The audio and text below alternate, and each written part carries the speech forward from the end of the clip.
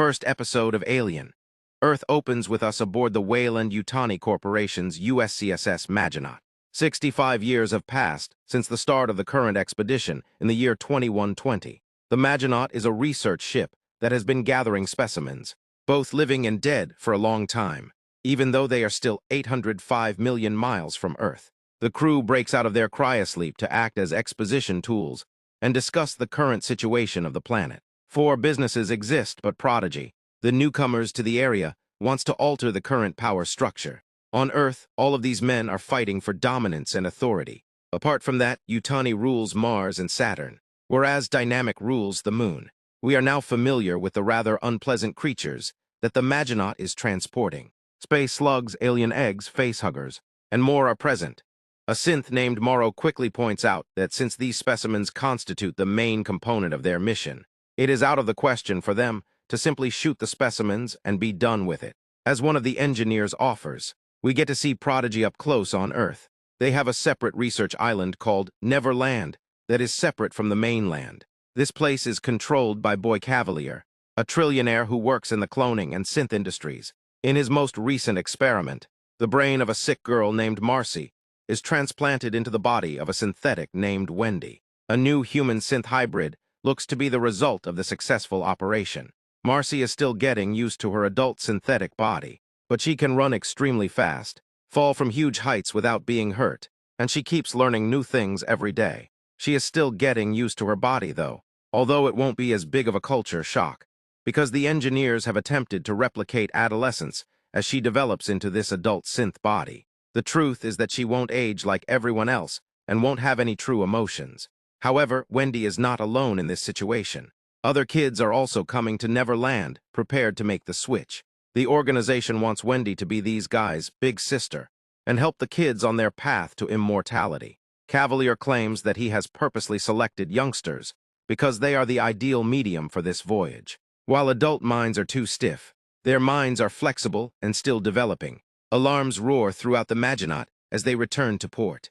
It is evident that the crew is being massacred one by one and that the specimens have escaped. Shock. Morrow, one of the synthesizers we observed earlier, reports the breakout to Earth. With a xenomorph on the loose, a collision with Earth is looming, which is bad news for humanity. It's still unclear how exactly the specimens broke out or whether Morrow planned it, but he nevertheless sacrifices the other crew members to the alien.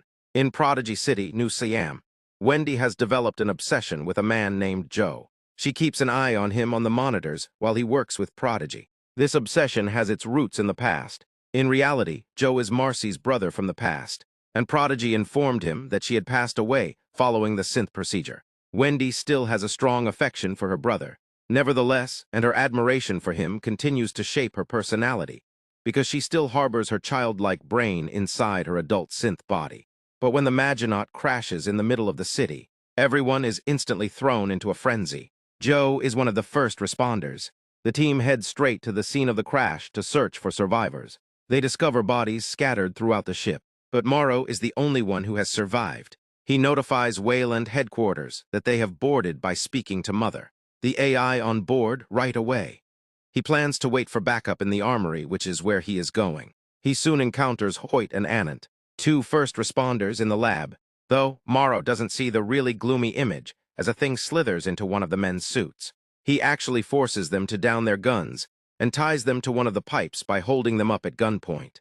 Unfortunately, this bug kills them both when it attacks when they are immobile. The cryochamber and signs of a chest burster are discovered by the other group, which consists of Joe, Siberian, and Rashidi. They go to look into it more after failing to spot the facehugger in a nearby chamber. Wendy sees CCTV of Joe going to the crash scene, as she is in the middle of several examinations. So she goes inside to meet Boy Cavalier, even if Adam Ines is adamantly opposed to this, and the synths are still in the prototype stage. Wendy and the Lost Boys are sent to the crash site after Cavalier agrees to consider her suggestion. Wendy will stop at nothing to save her brother. Aliens, as a prequel set 2 years prior to the events of the original film. Earth has a quite intriguing beginning. It's fascinating to notice that the USCSS Nostromo departs Earth in 2120. Is that year a potential conclusion for this series? For the first 10 minutes or so, the show establishes the stakes and introduces a new crew. Then it jumps ahead in time and shows sick children being transformed into synths. Although we can appreciate the need to raise the stakes, it seems like a lost chance to start with a bloodbath or other violent sequence. The idea of a ship crashing onto Earth without any government or entity noticing or even attempting to stop it, despite being explicitly informed that the other planets in our solar system are inhabited and controlled by the various companies, feels like a pretty significant plot hole. Unfortunately, this also comes with its own set of issues. This is particularly troublesome since we witness a lot of political maneuvering as the different corporations compete for dominance, bringing themes of capitalism and corporatism to the forefront. Though it's all pretty superficial and not very thought-provoking, there are more significant themes regarding life, death, and our role in the food chain. Not yet, anyhow, aside from the visual veil that hangs over this one. The writing, inconsistent tone, and haphazard acting have not inspired much faith in this project. The long shots, editing, musical score, and visual callbacks have all been specifically designed to create the feeling of being in the alien universe. We will have to wait and see where the plot goes from here, though as it is far too soon to tell if this will be as fantastic as Alien, Isolation, and the original films.